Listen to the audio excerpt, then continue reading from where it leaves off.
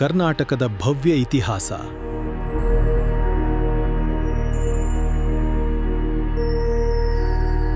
Hi ಸ್ನೇಹಿತರೆ, ನಮಸ್ಕಾರ. ನಾನು ನಿಮ್ಮ ರಾಕೇಶ್ ಪೂಜಾರ್ಜಿ. ಸ್ನೇಹಿತರೆ, ನಾನಿಂದು ಅಲ್ಲಾಳಸಂದ್ರ ಗ್ರಾಮದಲ್ಲಿದ್ದೇನೆ. ಇದು ಯಲಹಂಕದ ಸಮೀಪದ ಒಂದು ಗ್ರಾಮವಾಗಿದೆ ಮತ್ತು ತುಂಬ ಹಳೆಯ ಗ್ರಾಮವೂ ಕೂಡ ಆಗಿದೆ. ಅಲ್ಲಾಳಸಂದ್ರಕ್ಕೆ ಸುಮಾರು 700 ವರ್ಷಗಳ ಪರಂಪರೆ ಇದೆ. ಅಲ್ಲಾಳ ಸಮುದ್ರ ಮೊದಲಿಗೆ ಒಂದು ಕಾಡಿನ ಪ್ರದೇಶವಾಗಿತ್ತು. ಅಲ್ಲಾಳಸಂದ್ರಕ್ಕೆ ಮೊದಲನೇ ಶಾಸನ ಕುಲೋತ್ತುಂಗ ಚೋಳನಿಗೆ ಸಂಬಂಧಪಟ್ಟ ಶಾಸನ ಆಗಿದೆ. ಸುಮಾರು 1080ರಲ್ಲಿ ಈ ಶಾಸನ ಆಕೈಸಿರಬಹುದು ಎಂದು ನಾವು ಭಾವಿಸ್ಬೋದು. ಆದರೆ ದುರದೃಷ್ಟವಶಾತ್ ಆ ಶಾಸನ ಈಗ ನಮಗೆ ನೋಡೋಕ್ಕೆ ಸಿಗ್ತಿಲ್ಲ. ಹಾಗಾಗಿ ಈ ಅಲ್ಲಾಳಸಂದ್ರ ಒಂದು ಸಣ್ಣ ನಾಡಿಗೆ ಸಂಬಂಧಪಟ್ಟ ಒಂದು ಪ್ರಸಿದ್ಧ ಗ್ರಾಮವಾಗಿತ್ತು. ಈ ಗ್ರಾಮದಲ್ಲಿ ಪ್ರಾಚೀನವಾದ 2 ಶಾಸನಗಳು ಲಭ್ಯವಿವೆ. ಇವುಗಳಲ್ಲಿ ಒಂದು ಶಾಸನದಲ್ಲಿ ಅಲ್ಲಾಳಸಂದ್ರ ಗ್ರಾಮವನ್ನು ಜಕ್ಕೂರಿನ ಅಲ್ಲಾಳನಾಥನಿಗೆ ಕೊಟ್ಟಿರುವಂಥ ಒಂದು ಶಾಸನ ನೀವು ನೋಡ್ತಿರ್ಬೋದು, ಇದೇ ಶಾಸನ. ಇನ್ನೊಂದು ಸಾಧಾರಣವಾಗಿ ಇರತಕ್ಕಂತಹ ಯಂತ್ರಗಲ್ಲಾಗಿದೆ. ಈ ಅಲ್ಲಾಳನಾಥ ಯಾರು ಎಂದರೆ 3ನೇ ವೀರಬಲ್ಲಾಳನ ಕಾಲದಲ್ಲಿ ಇದ್ದಂತಹ ಒಬ್ಬ ಸೇನಾಭೋವ ಎಂದರೆ ಯಾರು ನಮಗೆ ದೈನಂದಿನ ಸಂಗತಿಗಳನ್ನು ದಾಖಲೆ ಮಾಡಿಕೊಂಡು ನಮ್ಮ ರಾಜ್ಯದ ಅಥವಾ ನಮ್ಮ ಆಡಳಿತ ವ್ಯವಸ್ಥೆಯನ್ನು ನೋಡಿಕೊಂಡು ಹೋಗುವಂತಹ ಪ್ರಧಾನ ವ್ಯಕ್ತಿಯನ್ನು ಸೇನಾಭೋವ ಎಂದು ಕರೆಯುತ್ತಾರೆ. ನಿಮಗೆ ಹೇಳಿದಂತೆ ಈತನ ಹೆಸರು ಜಕ್ಕೂರಿನ ಶಾಸನದಲ್ಲೂ ಉಲ್ಲೇಖ ಆಗಿದೆ. ನಿಮಗೆ ಹಿಂದಿನ ವಿಡಿಯೋದಲ್ಲಿ ಹೇಳಿದ್ದೆ. ಅಲ್ಲಾಳ ಒಬ್ಬ ಸೇನಾಭೋವ ಆಗಿದ್ದ. ಈತನಿಗೆ ಸಂಬಂಧಪಟ್ಟಾಗಿ 50-60 ಶಾಸನಗಳು ಸಿಗ್ತವೆ. ಉದಾಹರಣೆ, ಗಾಣಿಗರಹಳ್ಳಿಯಲ್ಲಿ ಶಾಸನ ಸಿಗುತ್ತೆ, ಜಕ್ಕೂರಿನಲ್ಲಿ ಶಾಸನ ಇದೆ, ಹಾಗೂ ಅಲ್ಲಾಳಸಂದ್ರದಲ್ಲಿ ಕೂಡ ಇದೆ. ಇಲ್ಲಿ 3ನೇ ವೀರಬಲ್ಲಾಳನ ಶಾಸನ ಇತ್ತು, ಆದರೆ ಈಗ ಅದು ಸಿಗುತ್ತಿಲ್ಲ. ಯಾರು ಉಣ್ಣಾಮಲೆಯಿಂದ, ಅಂದರೆ ಈಗಿನ ತಿರುವಣ್ಣಾಮಲೆ ಆಳ್ವಿಕೆ ನಡೆಸುತ್ತಿದ್ದಂತಹ ವೀರಬಲ್ಲಾಳ ಅಲ್ಲಾಳಸಂದ್ರ, ಜಕ್ಕೂರು, ನಾಗಶೆಟ್ಟಿಹಳ್ಳಿ ಈ ಎಲ್ಲ ಸ್ಥಳಗಳಲ್ಲಿ ಶಾಸನ ನಾವು ಕಾಣಬಹುದು. ಈ ಶಾಸನದಲ್ಲಿ ಏನಿದೆ ಅಂತ ತಿಳಿಯೋಣ ಬನ್ನಿ.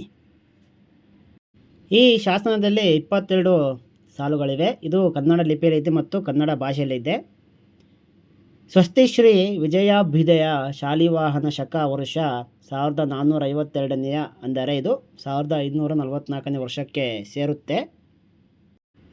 ಶ್ರೀಮನ್ ಮಹಾರಾಜಾಧಿರಾಜ ರಾಜ ಪರಮೇಶ್ವರ ಶ್ರೀ ವೀರಪ್ರತಾಪ ಶ್ರೀ ವೀರ ಸದಾಶಿವ ಮಹಾರಾಯರ ಪೃಥ್ವಿರಾಜಂಗೆಯುತ್ತಿರಲು ಸದಾಶಿವರಾಯರು 1542ರಲ್ಲಿ ತಮ್ಮ ಅಧಿಕಾರಕ್ಕೆ ಬರ್ತಾರೆ. ಇದು 1543 ನಂತರ ರಾಜ್ಯಾಡಳಿತ ಮಾಡ್ತಾರೆ. ಹಾಗಾಗಿ ಇದು ಅವರ ಕಾಲದ ಶಾಸನ ಅಂತ ನಾವು ಹೇಳ್ಬೋದು. ಪೃಥ್ವಿರಾಜಂ ಗೆಯುತ್ತಿರಲು ಶ್ರೀ ಮಹಾಮಂಡಲೇಶ್ವರ ಶ್ರೀ ಮರಾಠಿಯ ವಿಠಲದೇವರ ಮಹಾ ಅರಸುಗಳ. ಇಲ್ಲಿನ ಶಾಸನ ವಿಶೇಷ ಏನಂದರೆ, ಇಲ್ಲಿ ಮರಾಠೆಯ ವಿಠಲೇಶ್ವರ ದೇವರ ಪ್ರಸ್ತಾಪ ಬರುತ್ತೆ. ಈ ಮರಾಠ ವಿಠಲೇಶ್ವರ ದೇವರು ಅವರು ಕಾರ್ಯಕರ್ತರಾದ ರಾಚೂರು ನರಸಿಂಹಯ್ಯ ಅನ್ನೋ ವ್ಯಕ್ತಿ ಕೂಡ ಇದರಲ್ಲಿ ಬರ್ತಾರೆ.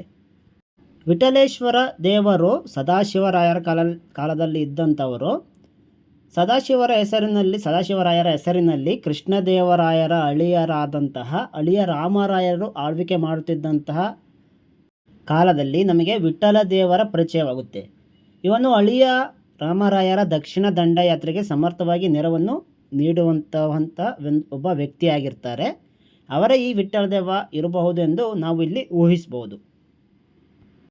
ನಂತರ ಈ ವಿಠಲೇಶ್ವರ ದೇವರ ಮಹಾ ಅರಸುಗಳ ಕಾರ್ಯಕರ್ತರಾದ ರಾಚೂರು ಅರಸಯ್ಯನವರು ಇವರೇ ಇಲ್ಲಿ ಪ್ರಧಾನವಾಗಿರುವ ವ್ಯಕ್ತಿ.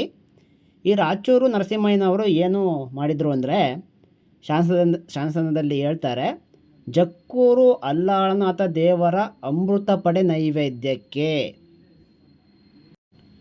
ಎಲಕ್ಕನಾಡ ಶಿವನ ಸಮುದ್ರದ ಸೀಮೆಯ ಒಳಗಣ ಅಲ್ಲಾಳ ಸಂದ್ರ ಗ್ರಾಮವನ್ನು ವಿಠಲೇಶ್ವರ ದೇವರಿಗೆ ಪುಣ್ಯವಾಗಬೇಕೆಂದು ಸಮರ್ಪಿಸುತ್ತೇವೆ. ಆ ಗ್ರಾಮಕ್ಕೆ ಸಲ್ಲುವ ಚತುಸ್ಸೀಮೆ ಒಳಗಣ ಕೆರೆಕುಂಟೆ, ಗದ್ದೆ, ಬೆದ್ದಲು, ಗುಯ್ಯಲು, ತೋಟ, ತುಡುಕೆ, ಕಾಡಾಂಬರ, ನೀರಾಂಬರ. ಈ ಕಾಡಾಂಬರ ಮತ್ತು ನೀರಾಂಬರ ಅಂದರೆ ಕಾಡನ್ನು ಕಡಿದು ಹೊಲಗದ್ದೆ ಮಾಡಿರುವುದು ಕಾಡಾಂಬರ. ನೀರಾಂಬರ ಎಂದರೆ ನೀರಾವರಿಯಿಂದ ಬೆಳೆಯತಕ್ಕಂತಹ ಬೆಳೆಗಳು ಕೂಡ ನೀರಾಂಬರ ಎನ್ನುವ ಒಂದು ಶಬ್ದಕ್ಕೆ ಸೇರುತ್ತೆ. ಮುಂದೆ ಹೋಗೋಣ. ಸಕಲ ಸುವರ್ಣಾದಾಯ ಉಂಟಾದ ಅಷ್ಟಭೋಗ ತೇಜಸ್ವಾಮ್ಯವನ್ನು ನಾವು ಸಮರ್ಪಿಸಿದೆವು ಎಂದು ಈ ಶಾಸನದಲ್ಲಿ ಉಲ್ಲೇಖಿಸಲಾಗಿದೆ.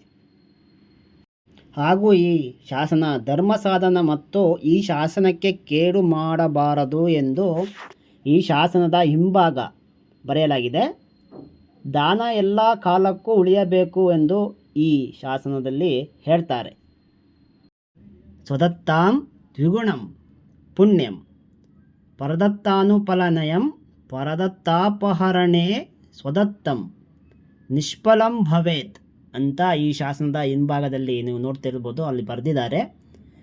ಅಯ್ಯ, ನಿನ್ನ ಹತ್ರ ಇರುತ್ತೆ, ಬೇರೆಯವರು ಕೊಟ್ಟದ್ದನ್ನು ತೆಗೆದುಕೊಳ್ತೀಯ, ಆದರೆ ಅಪಹರಿಸಬೇಡ, ಯಾವುದನ್ನು ಕಳ್ಳತನ ಮಾಡಬೇಡ ಅನ್ನೋ ಮಾತನ್ನು ಬಹಳ ಸುಂದರವಾಗಿ ಈ ಶಾಸನದಲ್ಲಿ ಹೇಳ್ತಾರೆ.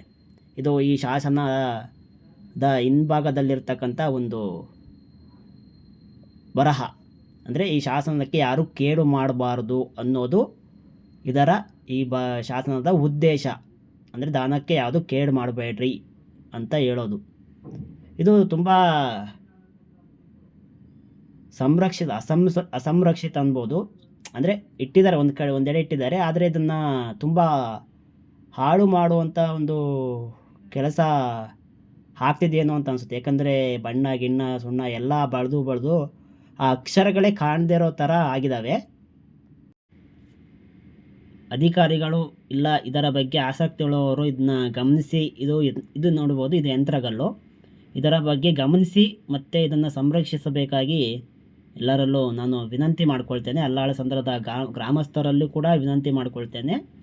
ಇದು ವಾಟರ್ ಪ್ಯೂರಿಫೈಯರ್ ಅಂದರೆ ನೀರಿನ ಒಂದು ಟ್ಯಾಂಕಿನ ಪಕ್ಕದಲ್ಲೇ ಇದೆ, ಮತ್ತು ರೋಡಿನ ಪಕ್ಕದಲ್ಲೇ ಕೂಡ ಇದಿದೆ. ಆದರೂ ಇದನ್ನ ಯಾರೂ ನೋಡ್ಕೊಂಡಿಲ್ಲ. ಇಲ್ಲೊಂದು ಮಂಟಪ ಥರ ಕಾಣ್ತಾ ಇದೆ ನೋಡಿ. ದೇವಸ್ಥಾನದ ಪಕ್ಕದಲ್ಲೇ ಒಂದು ಹಳೆಯ ಕಾಲದ ಈ ದೇವಸ್ಥಾನದ ಪಕ್ಕದಲ್ಲೇ ಒಂದು ಹಳೆಯ ಕಾಲದ ಮಂಟಪದೆ. ಅಂದರೆ ಇದ್ರ ಮುಂದೆ ಈ ಕಂಬ ಇದೆಯಲ್ಲ, ಇಲ್ಲೇ ಇದ್ದಿದ್ದು ಆ ಒಂದು ಶಾಸನ ಈಗ ಅಲ್ಲಿ ತಗೊಂಡೋಗಿ ಇಟ್ಟಿದ್ದಾರೆ. ಮಂಟಪ ತುಂಬ ಹಳೆಯದು ಅನಿಸುತ್ತೆ. ಇದನ್ನು ಕೂಡ ಉಳಿಸ್ಕೊಳ್ಳೋ ಪ್ರಯತ್ನ ಯಾರೂ ಮಾಡಿಲ್ಲ. ಇನ್ನು ಸ್ವಲ್ಪ ದಿನದಲ್ಲಿ ಇದು ಕೂಡ ಬಿದ್ದೋಗುತ್ತೆ. ಇಂತಹ ಒಂದು ಐತಿಹಾಸಿಕ ಸ್ಮಾರಕಗಳನ್ನು, ಐತಿಹಾಸಿಕ ಒಂದು ಸ್ಥಳಗಳನ್ನು ಉಳಿಸ್ಕೊಂಡು ಹೋಗೋದು ನಮ್ಮೆಲ್ಲರ ಕರ್ತವ್ಯ ಕೂಡ ಆಗಿದೆ. ಆದರೆ ಇತ್ತೀಚಿನ ದಿನಗಳಲ್ಲಿ ತುಂಬ ಅಸಡ್ಡೆಯಿಂದ ಎಲ್ಲರೂ ವರ್ತಿಸ್ತಾ ಇದ್ದಾರೆ. ನೋಡ್ತೀರಿ ನೋಡಿ, ಕಸ ಎಲ್ಲ ಅಲ್ಲೇ ಹಾಕಿದ್ದಾರೆ. ತುಂಬ ನೋವಾಗುತ್ತೆ ಇಂಥದ್ದೆಲ್ಲ ನೋಡ್ತಾ ಇದ್ದರೆ. ಜನರಲ್ಲಿ ಆಸಕ್ತಿ ಬೇಡ, ಬಟ್ ಉಳಿಸ್ಕೊಂಡು ಹೋಗೋಣ ಅನ್ನೋ ಒಂದು ಮನೋಭಾವ ಕೂಡ ಯಾರಲ್ಲೂ ಇಲ್ಲ ಇಲ್ಲಿ. ನೋಡಿದ್ರಲ್ಲ ಸ್ನೇಹಿತರೆ, ಇದು ಅಲ್ಲಾಳ ಸಂದ್ರದ ಶಾಸನದ ಒಂದು ಇತಿಹಾಸ. ಇಂತಹ ಮಾಹಿತಿಗಳಿಗೆ ನನ್ನ ಚಾನಲನ್ನು ಸಬ್ಸ್ಕ್ರೈಬ್ ಮಾಡಿಕೊಳ್ಳಿ, ಲೈಕ್ ಮಾಡಿ, ಕಮೆಂಟ್ ಮಾಡಿ ಮತ್ತು ಶೇರ್ ಮಾಡಿಕೊಳ್ಳಿ. ಎಲ್ಲರಿಗೂ ವಿಡಿಯೋ ವೀಕ್ಷಿಸಿದ್ದಕ್ಕಾಗಿ ಧನ್ಯವಾದಗಳು.